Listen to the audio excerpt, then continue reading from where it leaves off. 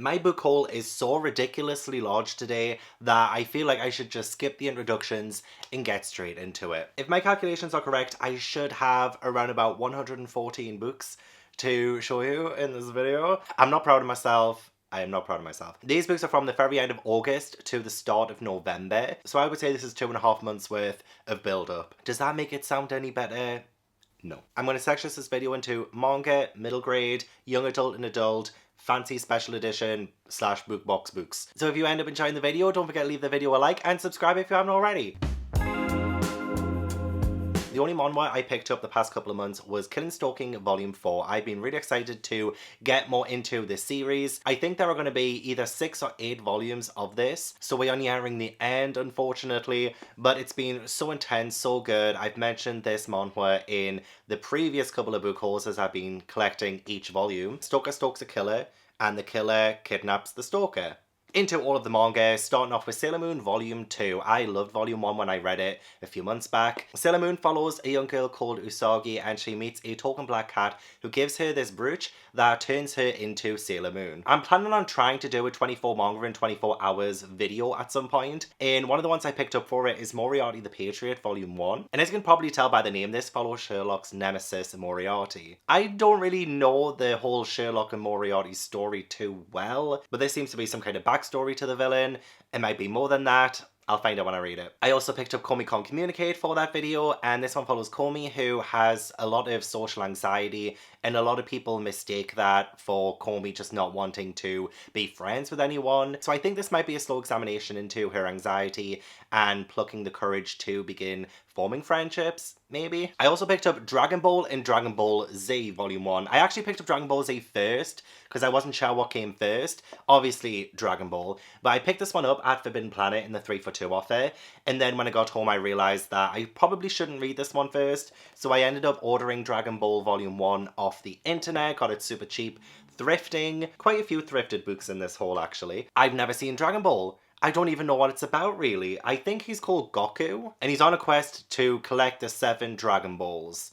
What that means, genuinely have no clue. But I really do want to get into more popular and important manga. You can't deny the influence that Dragon Ball has had on anime and manga. Even if you've never read it before like me, I know the cultural importance of this. Picked up Dr. Stone Volume 2 because I think I'm picking up so many Volume 1s and I want to continue reading the manga series that I have. I read Dr. Stone Volume 1 months ago and I really enjoyed it. I love the idea of everyone in the world turning into stone, and then like thousands of years later, a couple of people awaken from this state. And I loved it. I thought it was so great, so brilliant. So I picked up Volume 2, very excited to just continue reading the series. I picked up a romance called Twilight Out of Focus. I think this is just like a one-shot. I'm trying to read more romance manga, and I'll be doing that a lot more next year. But this one follows, I think, 2 roommates. One of them's gay. I don't know about the other one. And they were roommates. That's all I know about it, but it seems quite sweet. This one also seems quite sweet, but it is explicit. Apparently it has explicit content. It is called Old Fashioned Cupcake. This one follows a 39-year-old who has this really monotone kind of life, and he meets someone a little bit younger than him. It doesn't exactly say how much younger. I hope not too much younger. Now I'm scared. But this person wants to show him that there's more to life than that old routine that he was following. Please don't be problematic. After hearing so many great things about it, I managed to pick up Dorohedoro Volume 1. Also explicit content, but I think this might be violence-wise rather than the romance kind. This one is set in a city called The Hole, and there are these sorcerers who pluck people out of the streets in order to do these really sadistic experiments on them, and I think they release them as monsters. I believe there is a head sorcerer who has a team called the Cleaners who have to try and like sort it all out. I don't know, it looks very good, it looks very brutal, very bloody. A lot of it is in black and white, but there are some panels that are in colour, so I think that will make it really interesting to read. I picked up Volume 3 of Pokemon Adventures. I'm slowly collecting the Pokemon Adventure manga so that I can hopefully eventually read them all. I've probably been hauling a volume every single book haul video, and you know exactly what Pokemon's about. Right, does anyone else think of the Adele song whenever you say the title of this book, The Girl from the Other Side? This deluxe edition, Volume 1, is absolutely stunning, breathtaking. I've seen some of my friends online read this series and really enjoy it. This is set in a world where there are 2 spaces. I believe one of them's called the Outside, where beasts and monsters roam, and one called The Inside, where humans roam. And in this story, I think our main character meets a beast, and it is sort of the two of them coming together and the two worlds clashing together. Like, they shouldn't be friends or they shouldn't be interacting, but they do. I guess things happen from there that kind of put both of them in danger, maybe. I picked up PTSD Radio Volume 2. I got Volume 1 in my previous book haul, I believe. I saw a random video talking about this manga months and months and months ago about the whole mysterious stuff that surrounds the mangaka and why he stopped writing the series, and that intrigued me so much. So I started to hunt these down. I think there might be one more volume after this, but I'm not 100% sure. I can only find the first two. Every summary I read of this book is so vague, I cannot tell you what it's about. But I've heard it's messed up, it's strange, it's creepy. Do with that what you will. The full colour editions of the Parasite series has been coming out like very slowly. So these are volumes 3 and 4. I've hauled the first two volumes in previous book haul videos about alien race kind of invading Earth, the main character being infected by an alien and it now lives in his arm, kind of thing. It sounds so intriguing. There are 8 volumes, or there will be 8 volumes by the time the full color editions come out. And when they are all out, I'm going to binge them all in one go. I think that'll be so cool. But dying to read these. I really want more like sci-fi horror manga, so this looks perfect for that. I picked up Volume 2 and Volume 3 of Part 1 of JoJo's Bizarre Adventure. I've slowly been getting so intrigued in reading this, and it follows the Joestar family. They're possessed with intense psychic strength, and it goes through, I think, each family member in their adventures. This series in general is just so iconic right now, so I really do want to get into it. And now that I have the first 3 volumes of Part 1, Phantom Blood, nothing stopping me, apart from time. Ever since reading all of Junji Ito a couple of months back, I've been really excited for Mimi's Tales of Terror, which has a few more stories that I haven't read yet, so I'll be picking this up immediately. But also, I picked up Betwixt, which is a horror anthology, which has an introduction by Junji Ito. He doesn't have a story in this. He just writes the introduction to it. This has other horror mangaka writers in it. But I still wanted to pick it up because it looks really interesting and I love myself a horror manga anthology. Speaking of, I did pick up Volume 3 and Volume 4 of Orochi, which are the final volumes of it. It is almost anthology-like. It follows, well, kind of a woman called Orochi who sees these things happen. She's either part of the story or she's observing it, and each kind of story has been very singular, almost like an anthology, but there is a running thread that Orochi is either part of it or she's just watching it, kind of thing. Very confusing, very hard to explain, but I read the first volume and I thought it was so interesting. A little bit dated, but very interesting nonetheless. Picked up Volume 3 of Goodnight Punpun. I'm slowly collecting these so that I can binge them all in one go. I've been told to bring tissues. I think I've mentioned this in every book haul as well. I think this is about Punpun, who is a high school student, and it follows his mental health, or like the breakdown of his mental health. I was so happy that Volume 10 of Spy Family came out, so that is now 9 volumes I need to binge in order to catch up on the series. Spy Family is so good. If you haven't heard of it, where have you been? It's both adorable but very exciting. This one has a main character called Twilight who is a spy. He has to complete a mission where he has to adopt a child who turns out to be telepathic and find a wife, and she turns out to be an assassin. And yet they each kind of don't know about one another, and it's just hilarious and amazing and good, and just check it out. Another one for my 24 manga in 24 hours, I thought maybe Dandadan Volume 1. I just love saying that title, Dandadan. This one follows 2 characters. One of them believes in aliens but doesn't believe in like ghosts, and the other one who doesn't believe, wait, hang on. One of them believes in aliens but doesn't believe in ghosts, and the other one believes in ghosts but doesn't believe in aliens. And both of them set out to prove that what they believe in is real. So yeah, I don't know if they do manage to do that or if something else is afoot, but I just like the idea of 2 people trying to convince one another of like aliens and ghosts. It's just a bizarre mix. And also, I love the last line of this. What unfolds next is a beautiful story of young love and oddly horny aliens and spirits. What? I picked up Volume 4 of Chainsaw Man. I'm slowly collecting the volumes that have been coming out. I really enjoyed Volume 1. It has been a mega hyped up manga recently, and anime, but I haven't checked out the anime. I've been reading the manga about Denji, who becomes the Chainsaw Man. He can turn his sort of limbs and his head into chainsaws. Yeah.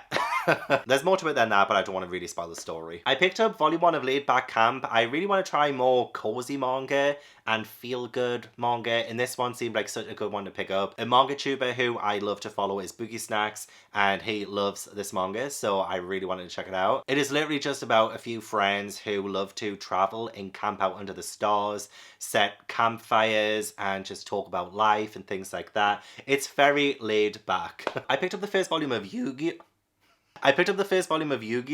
And I remember also liking this as a child. Not the manga. I think I didn't. Maybe say the anime. I definitely heard of Yu-Gi-Oh! Maybe I played the games. It's been a long time, man. But like Dragon Ball, I just really wanted to check out more classic manga that really helped shape what manga is today. And I think Yu-Gi-Oh! Was definitely a good one to maybe check out for that. This one follows Yugi, and I believe he gets possessed by the King of Games, who is awakened after 3,000 years. And finally, for the manga, I have Ibitsu, and I've already read this one. I really enjoyed it. It's very creepy, very weird. It's almost urban legend-esque about this woman who sits at a dumpster, and whenever someone passes, she asks, "Do you have a little sister?" And depending on the answer that she gets, she may or may not terrorize you to death. I read this one recently for a podcast, the Volume 1 podcast. I will link the discussion podcast down below. It was so much fun. Loved it so much. But yeah, I think definitely worth checking out. It's just the one big ass volume, and then that's the story done. And there's a couple of short stories in this too. One of them I genuinely loved. The other one was okay, but the one about like these mannequin things, amazing. I want to start off the middle grade with a couple of books that my friend Jessie from Jessie on YouTube gave me in person. So I have the Goosebumps Campfire collection and the Goosebumps Monster Blood collection that Jessie gave me when we were together in Japan, which was an incredible experience. But Jessie actually got these for me and started annotating them too. And I love the little comments that Jessie made. Belongs to Max W, Mrs. Weber. And Jessie wrote, "Well, fuck you both because this belongs to Gaddy." And I just cannot wait to go through all of these annotations, see what Jessie wrote, because it'll just enhance the Goosebumps experience for me, I think. And Goosebumps is not technically over on my channel. I finished the main Goosebumps series, the completed ones anyway. There are a couple of spin-off ones I'd like to do, but like I'm talking in the future. I'm having a break from Goosebumps for a little while, but I did pick up these 6 Tales to Give Yourself Goosebumps books. So these are just anthologies with 6 stories each, I think. I think there are 6 stories in each one, but I did get Tales to Give You Goosebumps Volume 1, Volume 2, Volume 3, Volume 4, Volume 5, and Volume 6. These ones are probably going to be really good because these came out during the height of Goosebumps in the 90s, and I've been having more of a problem with the current day Goosebumps or the modern day Goosebumps because they just feel wrong. They feel wrong in the modern day, but these ones should give me all of the classic 90s nostalgia. They're very short, and as I say, they are actually, I think there's 10 stories in each one. And I picked these up off eBay for a really great price, so yay. And I did also pick up the very brand new Goosebumps book. Now that I'm caught up with all the main series, it's like I can probably read them one at a time after a while or something, but this one is the new one, House of Shivers, and it's called Scariest Book Ever. Not that I'm holding out hope for this series now, but I'm hoping that maybe having some time from each book might make me enjoy them more rather than like binging them all in one go. So who knows? Maybe this is a brand new amazing era for Goosebumps. I still always have the highest of hopes. I picked up the brand new Percy Jackson book, Percy Jackson and the Olympians, The Chalice of the Gods. This one is a Waterstones. Have you heard this, Ash? You don't even recognize me when I speak like that, do you? Waterstones edition of Percy Jackson. It is a signed copy. It has beautiful sprayed edges. There's the signature there. Amazing. I'm going to be reading the Percy Jackson series, finishing it off for the first time next month. I've read the first 2 before, but never read 3 through 5. And I think I can't read this one yet until I've read his other books, like Heroes of Olympus and Trials of Apollo, because there could be spoilers for those series in this one. So I'll probably be leaving this one out next month, but I will definitely get to it at some point. Unless I'm wrong about that, please let me know. I'm so happy the 6th and final Pages and Code book came out. This one's called The Last Book Wanderer by Anna James. I love this series so much. I still need to read book 5, so I'll read book 5 and 6 together and end this series. This is essentially set in a world where there are book wanderers who can wander into books, or book characters can come out into the real world.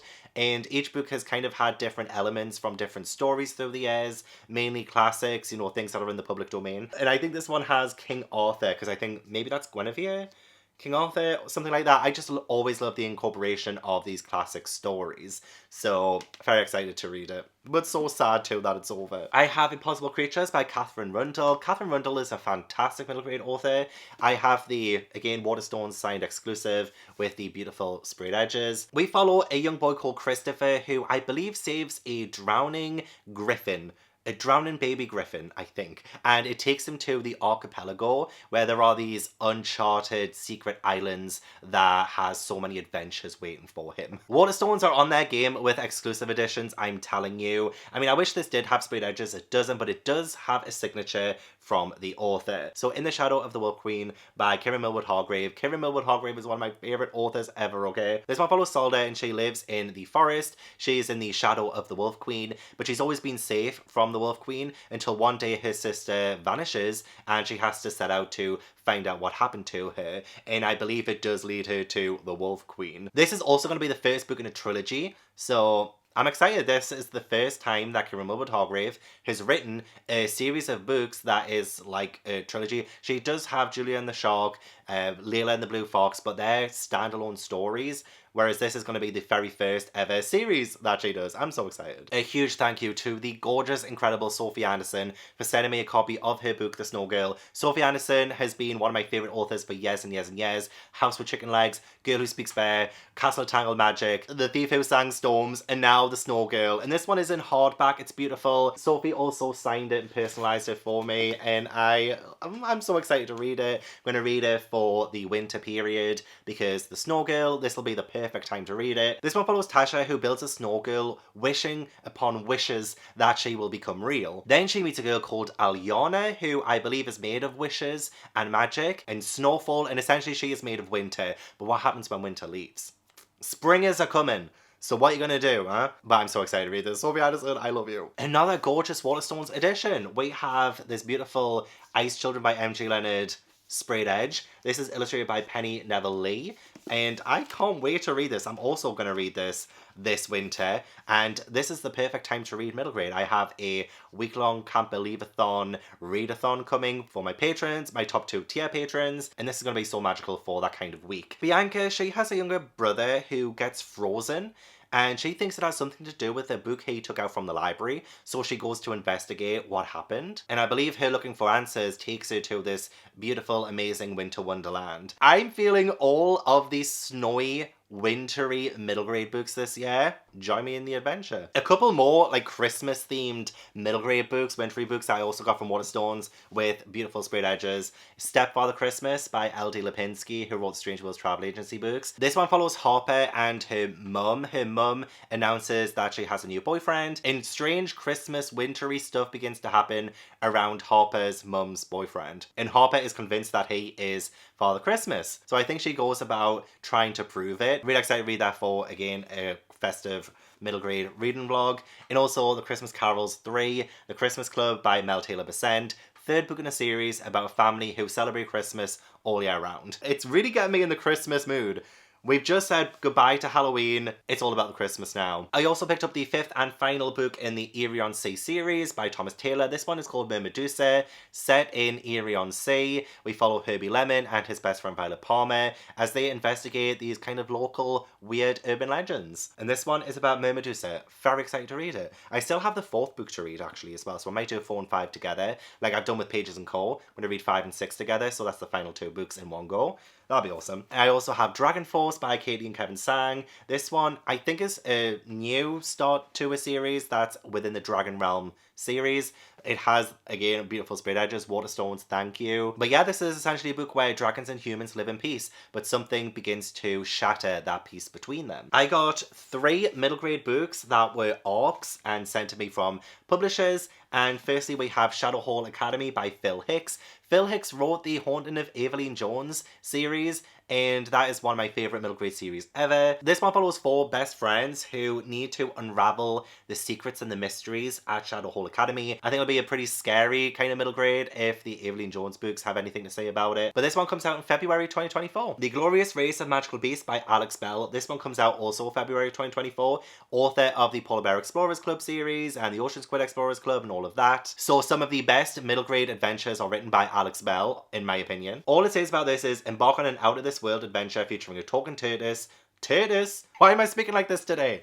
Talking tortoise, an unlikely friendship in the largest library in the world. That's all it says, and that's all it needs to say. Largest library in the world, I'm there. And finally, The Clockwork Conspiracy, which is the first book in the Isaac Turner Investigate series by Sam Sedgman, one of the co-authors of the Adventures on Train series, a series I absolutely love to death. And this is apparently a locked room mystery, which I'm so excited. I don't think I've read a middle grade locked room mystery before. I don't think so. But it's packed with rooftop chases, hidden codes, and mind-bending science. I love Sam Sedgman's writing. I think it's fantastic. Cannot wait to see what he does solo. And finally, for the middle grades, I have this Wizard of Oz collection box set, and I am going to be reading these. We'll start to read these next week. Yeah, it's Thursday now. I should really get started on reading them next week. And I'm going to try and read the first 14 books because the first 14 books were written by L. Frank Baum, the original author. And then for some reason they've included the 15th book, which was written by a different author, Ruth Plumley Thompson. Why, I don't know. I guess the more books, the better. But yeah, the Wizard of Oz series. I've only ever read the first one, never read beyond that. I think Return to Oz, which was a fantastic film, very scary. I was a little bit scared of it as a child. Take some things from a lot of the sequels of this series. So yeah, I think it's going to be wild and wacky and amazing and, well, hopefully amazing. I love The Wizard of Oz so much. It's my favourite childhood book ever and also movie. So it's finally a complete series reading vlog that I think I'm going to love. And I also got this from Books to Do. It was so cheap. So stinkingly cheap. Okay, I'm going to start off the YA and adult books by telling you that I also hold The Woman in Me by Britney Spears. I already read it all. I read it in a vlog, which is up on my channel, but my mum asked to borrow it, so that's why I don't have it right now, and hopefully she's enjoying it. I don't know how far in she is, but it's the first book that I've actually borrowed someone in a very long time, and I loved it. It was so eye-opening, so awful when you read what happened to Britney Spears, her conservatorship, the relationships that she had when she was younger with other people, her love life, the way that the media treats her, the way the paparazzi treats her, the way her family treats her. Oh my god. Yeah, it's infuriating, but such an eye-opening read. I bet you didn't know that there were Blair Witch Project books, and I'm going to try and camp in the middle of nowhere and read some of these Blair Witch books. So just after the original Blair Witch Project film came out in 1999, I think it was, they got Jody Merrill, or Cade Merrill, I'm not sure how you pronounce his name, they got him to start writing in-world books, you know, like canon things that are an extension of the film. And I think this follows a character who investigates the Blair Witch and the mystery surrounding the Blair Witch. I believe there are 8 books. I have 4 of them.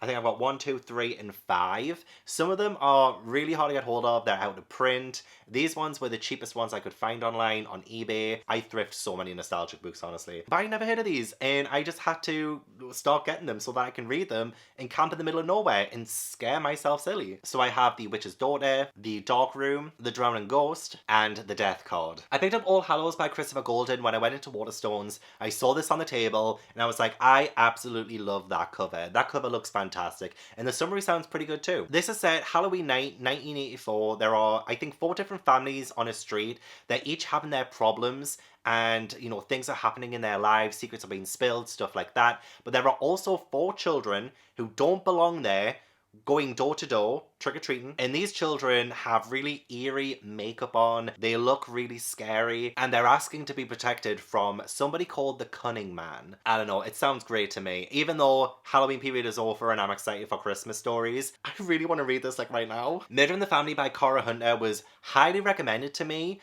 and it's one of these ones that has, well, a lot of mixed media. There's a lot of transcripts, there is a lot of transcripts, things like broadcasts, text messages, a forensic medical examiner's kind of autopsy report thing there. It looks so good and you kind of have to start working out what happened. It's apparently a very interactive thriller. One body, 6 experts. Can you solve the case before they do? So you're getting presented all of the evidence, all of the case files, and yeah, it's kind of encouraging you to solve it yourself. So I need to read this. I love the idea of that. 2 books I don't want to talk too much about because I'm in the middle of a reading vlog for them, but I have Black Iris by Elliot Wake and Haunted by Chuck Palahniuk. I never know how to pronounce his name. I'm reading these 2 books for my current I Have to Like My Friend's Favorite Books or I Unsubscribe from Their Channel series. And I recently finished Black Iris. I'm not even going to say what I thought about it because I don't want to spoil the vlog, but it does follow someone called Lainey, and she's had such an awful, dark life. So many awful things have happened to her. But yeah, she goes off to college, she meets a couple of other people, and there is this relationship that forms between the 3 of them. And Haunted by Chuck Palahniuk, I haven't read this one yet. I think it might be the next one I read after I've finished the current one I'm reading. Apparently this is made up of the 23 horrific horror stories that you've never heard of before. I'm actually reading this one for Courtney from Courtney's Book Corner. So she recommended it to me to read. She said it's really messed up. So I like messed up things sometimes. My pre-order for Heartstopper Volume 4 from Waterstones came. This is the hardback edition, and I have the first 3, so this was the last one that needed to come out for me. I'm so excited for Volume 5 next month. I can't believe it. I don't think that one's going to be the hardback edition just yet. We might have to wait. But I love Heartstopper. I love the TV show that came out on Netflix. Season 1 and 2 would be fantastic. I just love Nick and Charlie so much. Out There Screaming, an anthology of new black horror, is filled with an assortment of talented black writers. This was edited by Jordan Peele. He gives an introduction to it, and I started reading this when I was in the Haunted Castle last month, and I did finish it off in my 31 days of Vlogoween secret vlog thing. Really fantastic. So many standout stories from this that I genuinely loved. And I don't usually read anthologies, so I was pleasantly surprised by how much I ended up loving this. A huge thank you to the author Amy McCall for sending me A Taste of Darkness. This is another anthology series, and now that I've read Out There Screaming, I'm very into my anthologies right now. So I think this is YA horror, and it is mainly collected, I think, by Amy McCall and Maria Kushnier, who did the Midnight Neverwood book that I loved a couple of years ago. And also, actually, Amy Kushnier has another book in this haul, which I will show you very soon. But yeah, filled with loads of different YA writers, nightmare-inducing stories from the queens of YA suspense. And thank you so much, Amy, as well, for signing it to me. I love it. I'll quickly mention these 2 books as well. I got The House on the Borderland by William Hope Hodgson, thrifted it, as well as The Willows by Algernon Blackwood. I read these very recently for my Era's Tour of Horror vlog, so if you haven't yet checked that out, I would recommend doing so. I loved making that vlog. These both came out in the early 1900s, and that's why I read them. Both very interesting, both have their upsides and downsides, which I get more into detail in on my video. This one was a little bit confusing. I need to read a little bit more like cosmic horror for me to understand some of the concepts in this, but this was just like perfect.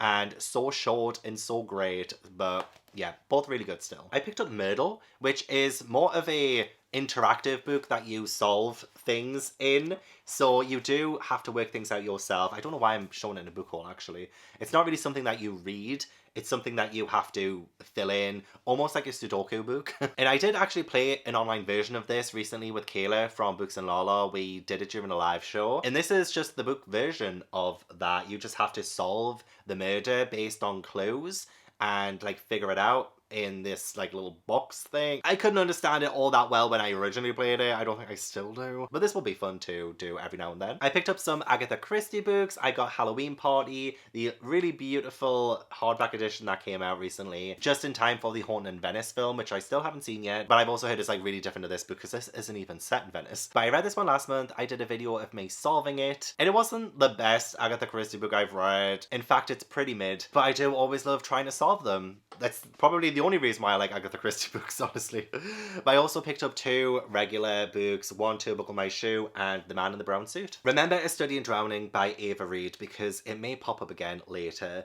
But I did get the Waterstones exclusive edition of this, mainly because I didn't know it was going to be in a book box. But anyway, I prefer the Waterstones edition of it, honestly. It looks beautiful. I love the edges. This one follows Effie, and she is haunted by a nightmare that she keeps having about fairy tales and the king of fairy tales. I believe Effie also makes a home in this like crumbling down house or something. I don't know what this is about really, but it's pretty, and now I have 2 editions of it. Fuck. I got Circe by Madeline Miller. I really love this book. I think it's awesome. I read it last year, and I actually have the Song of Achilles edition of this, so I wanted to get the Circe edition to match. Is this one signed? I don't know if it's signed.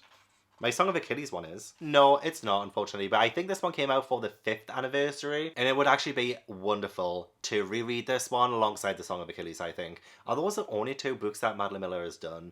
As well as Galatea, I think it is, which is like a really short thing. I picked up the Waterstones edition of The Last Devil to Die by Richard Osman. I have the first 3 books. I got book 2, 3, and 4 now in the Waterstones edition. It just really has this stenciled edge with a fox. I find them cute. But I've been so desperate to read this one after the high praise from Katie Colson. She was sobbing her eyes out at this one, and she's got me scared but also very intrigued to read. But it does follow a group of pensioners. I think they live in like this residential home or this residential estate which is dedicated to old people, I think, and they solve crimes together. The first one is the Thursday Murder Club, and yeah, I don't know why I've been holding out reading it. I'm definitely going to check them all out though. They were so popular when I worked at Waterstones. Oh my gosh. My pre-order for Upon a Frosted Star by Emmy Kushnia came as well, and I mentioned Emmy Kushnia before in the anthology book, but I was so excited to get this one because yeah, I loved Emmy Kushnia's first book, Midnight Neverwood. This one isn't in that same universe, I don't think. It's not a sequel, but it is stunning.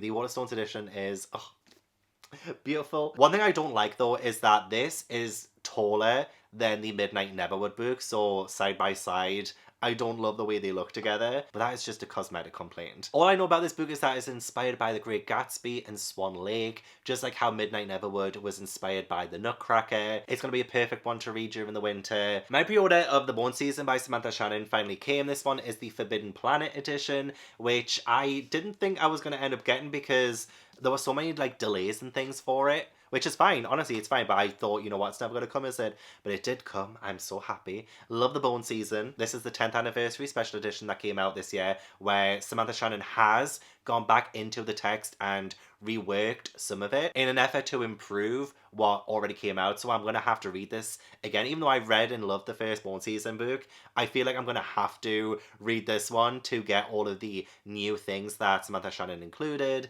all the things she improved on and worked on and stuff like that. So that's what I need to do. I also pre-ordered Dune Messiah by Frank Herbert as well because it is the Waterstones edition. I have the first Dune book, Waterstones edition too. I think there might be 4 Dune books. Never read them before, but I'm really interested in reading them. I can't even really tell you what they're about. I haven't even seen the film yet because I don't want to be spoiled for what Dune is even about. All I know is that it is said to be one of the greatest science fiction books of all time. So it's got a lot to live up to, honestly. But this is so tiny compared to the first Dune book. It actually makes it less intimidating to start the series. I picked up Murder at Holly House by Denzel Merrick because, yeah, Waterstones edition had this beautiful sprayed edge, but also Christmas. This is set in December 1952, and there is a dead body found in the chimney of Holly House. And people don't know if this person was a thief and accidentally died, or if they were going to be a home invader and try and kill someone, or what. But that is like the mystery that we're going to try and unravel. What happened to them? Did they die naturally? Were they murdered? In all of the warm Christmassy vibes you can get from that. I love how on the back it says, Santa Claus appears to have got it terribly wrong this year. Could you imagine waking up on Christmas morning to find Santa dead in your chimney? Now that would make a great story, actually. A big thank you to the publisher for sending me Last Stop on the Murder Express by C.J. Farrington. This is apparently an Olga Pushkin mystery. I've never heard of that before. I don't know if this is like the first book of the Olga Pushkin mysteries or what, but I hear Christmas, I hear mystery, and I say bring it to me. Actually, there's a couple more on the back here. They must do only winter-themed mysteries. We've got Death on the Trans-Siberian Express, and Blood on the Siberian Snow. So it looks like all of these are train-related mystery novels set during winter. Okay, you learn something new every day. I picked up V. Schwab's The Fragile Threads of Power, and this one is the Forbidden Planet exclusive too. Forbidden Planet, they're the ones to watch out for recently. I'm very surprised by the limited and exclusive editions that have been getting released there, so very excited to have it. This one I think is the 4th book in the Darker Shade of Magic series. Either that or it's just related to the world that was from the Darker Shade of Magic series. Oh, okay, no, it's 7 years after Kel, Lila, and Holland and the things that happened at the end of that series. I'll not say because it does have spoilers. But yeah, it's been such a long time since I read the original series, actually. I'd probably reread them and then go into this one. But I'm very happy to have this. It's beautiful. I picked up the Waterstones exclusive of The Art of Destiny by Wesley Chu. This is the 2nd book in the War Art saga. The 1st book is The Art of Prophecy. And I'm so glad to have this edition of it because it does match my 1st copy of it. It's so beautiful, so pretty, so gorgeous, so lovely. All I know is that it's a fantasy series with martial arts, imaginative powers, classic tales, woven into the narrative. It sounds magical, it sounds amazing. I want to get back into my fantasy reads. I'm going to start off in December with some fantasy reads that I've been holding off on. And yeah, get back into my adult fantasy era. I picked up The Ballad of Black Tom by Victor Laval. I saw this in Waterstones and I've seen a few people read it online and give it some really good reviews, so I thought, hey, why not? This one follows Tom, who does a lot of hustling to put food on the table, to actually like provide for himself and things, but then he ends up delivering this tome to this sorceress and opens up a world to the macabre.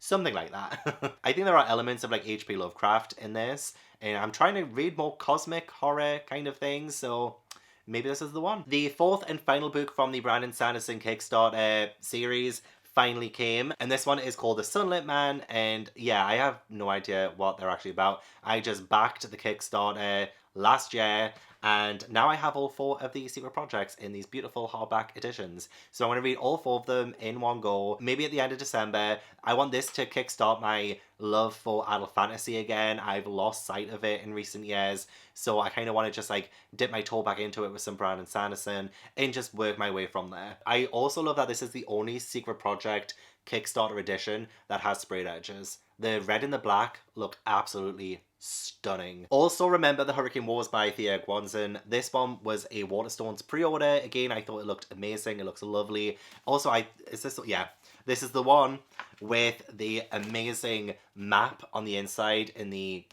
end pages. And Waterstones also have this beautiful sprayed edge. But this one follows Taliesin, who was left on the doorstep of an orphanage when she was a baby. And this is set in a world where there are hurricane wars in order to get the freedom of the people. And there is a Night Emperor who is wreaking havoc in this world. Finally, in this section, I picked up Bleach by Hiran Ennis. I picked this one up because Jordaline from Jordaline Reads asked me to be part of their Patreon book club in December, so I'm very excited to dive into this. I've actually had my eye on this for a while, never picked it up, never bought it or anything like that, but I found this really cheap online and thought, you know what, let's go for the physical, because I love me a physical book. But really excited to read this for Jordaline's book club. We are set in an isolated chateau. There is a doctor who dies, and so a new doctor comes to, replace them, find out what happened to them, and it turns out that the previous doctor had this parasite or something living inside of them. I'm just very excited to talk about this for Jordaline and doing a book club on it.